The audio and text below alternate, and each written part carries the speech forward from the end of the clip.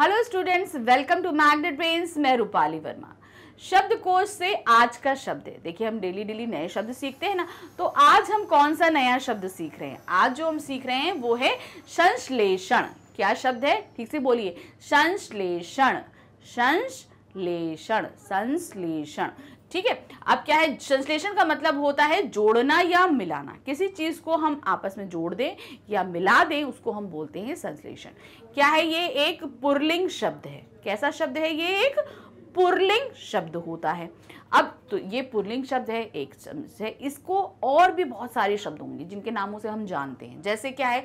संश्लेषणीय, संश्लेषित, संश्लिष्ट, एक में मिलाना, जुटाना या सटाना।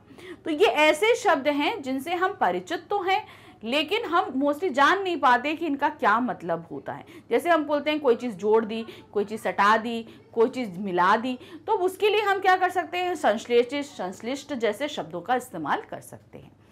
तो ये हमारे हो गए पर्यायवाची अर्थात समानार्थी शब्द। अब इसी के कुछ विलोम शब्द भी होंगे। अब वो विलोम शब्द क्या हो सकते हैं? देखिए, उसके लिए है विश्लेषण, किसी चीज का विस्तार करना। अब यहाँ पे हमने क्या किया? किसी चीज को जोड़ दिया। ठीक है। अब क्या होगा? हम यहाँ पर इसका हम विलोम क्या करेंगे? हम किसी चीज को यहाँ पर हम जोड़ रहे हैं या मिला रहे हैं, उसका होगा विश्लेषण। ठीक है। अब आते हैं इसका वाक्य प्रयोग। वाक्य प्रयोग क्या होगा? देखिए, गीता ने मोक्ष प्राप्ति के 3 तरीकों को संश्लेषण करने का प्रयत्न किया। चिंतन तथा तप के द्वारा ज्ञान का मार्ग, आस्था तथा भक्ति का मार्ग और कर्म का।